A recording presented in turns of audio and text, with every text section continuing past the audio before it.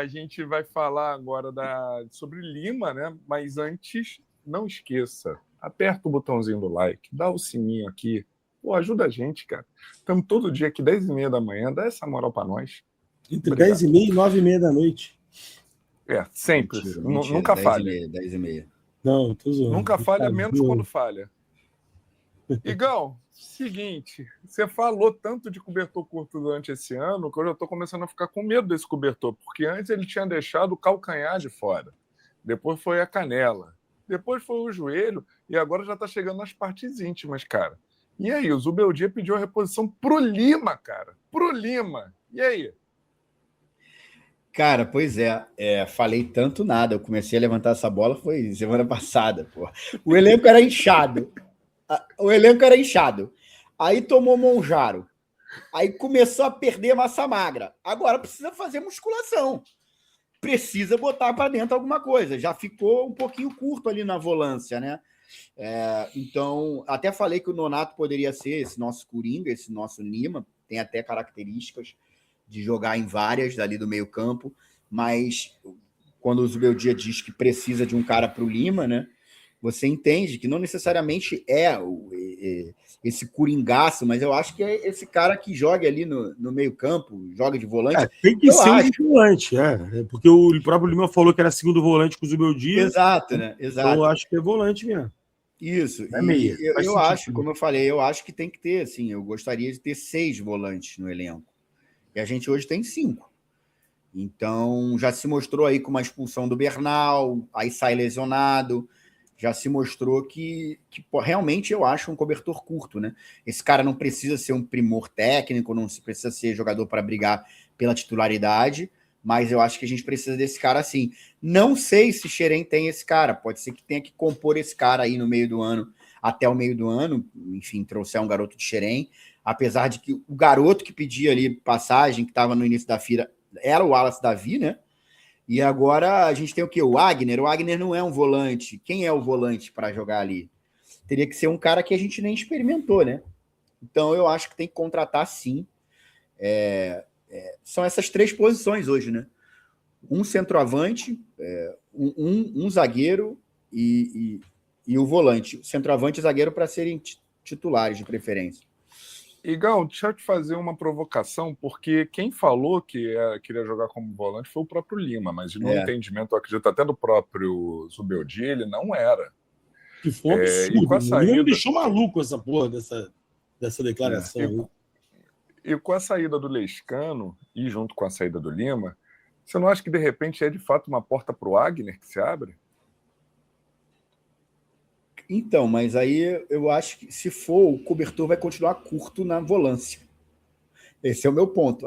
Não a cabeça do Zubeldia, né? Se ele está pensando que é um cara para ser um terceiro homem de meio, vamos dizer assim, ele quer um terceiro homem de meio campo que não tem. Realmente a gente não tem esse cara. Se a gente parar para olhar, seria só o Nonato ali que faz. Mas a gente não tem. O Ganso não é um terceiro homem de meio campo, apesar de recuar muito. O Lute não é, nem o Savarino. Então, é esse cara que ele quer? Não sei, eu acho que ele quer um cara mais coringão ali do meio, que possa fazer várias. Mas, sobretudo, volante, eu sinto uma necessidade, cara. Eu sinto assim.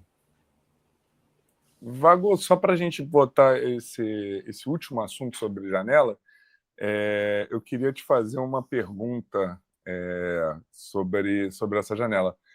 Será que a gente não está vendo o Fluminense mudar um pouco a estratégia e, de repente, a gente agora está correndo para poder pegar a xepa e, de repente, essa passividade, com muitas aspas, não faz parte de uma ideia da gente conseguir, durante hoje, amanhã e domingo, negociar quem não conseguiu fechar com ninguém? Cara, não sei se é uma jogada de toalha, né? Não me parece ser, e eu não gostaria que fosse também. Acho que existe muitas opções entre um Ávalos da vida e um Boanga, pelos números que tem, por um jogador de nível 9. Não precisa ser esses extremos de jogadores aí.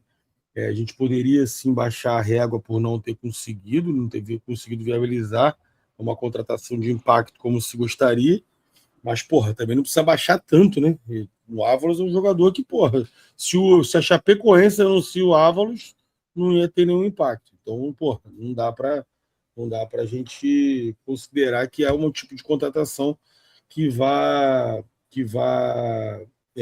fechar, né, a busca por um 9.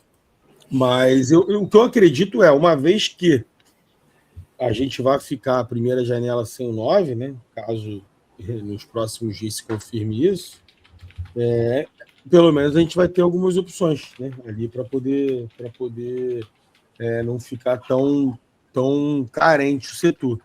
Porque hoje, se a gente for olhar, o Cano já não joga, a gente vai falar sobre isso, não joga já tem um tempo, e tem só o JK, que não vai aguentar nessa sequência de jogos aí. E aí quem entraria? A gente teria que ir para um improviso de um Serna, lembrando que eu até comentei isso ontem também, toda vez que a gente joga um Serna para um falso 9, falando de início de jogo, a gente está abrindo mão, né, de uma engrenagem muito importante para o sistema de jogo do Zubeldia, né? Que é o Canóbio de um lado, o Serna do outro, né? Então, é aquela coisa que me incomoda. Quando você vai fazer uma substituição, aliás, você tem um desfalque para algum jogo, aí tu tem lá, o teu camisa 10 se machucou. Aí o treinador, ao invés de pegar alguém, colocar no lugar desse 10 e manter todas as outras posições, ele geralmente começa a fazer o quê? Não, vamos pegar o Martinelli que vai virar o 10. Aí tu já mexe em duas, né? Tu tem um cara fazendo a 10 que não é tanto a dele e tu já perde o jogador que cumpre bem essa função, que vai ter que entrar um outro no lugar. Aí daqui a pouco tu já pega, aí peça, né? Tu vai mexendo de peça aqui, tu mexe na estrutura do time inteiro, ao invés de trocar só uma posição. Diniz era muito mestre em fazer isso. Então, eu acho que a gente precisa, sim, ter um jogador para poder fazer essa troca normal. Sai JK, entra o fulano de tal. O nosso grande desespero nisso é a gente não ter um cara que comece a chegar ali e perde gol, já vem com essa pressão, com essa implicância, aí daqui a pouco vira o novo Everaldo, que era uma carga horrível, que tinha que sair do Fluminense para a gente se livrar da carga. Espero que não venha outra, espero que já chegue metendo gol, que, meu irmão, que o cara...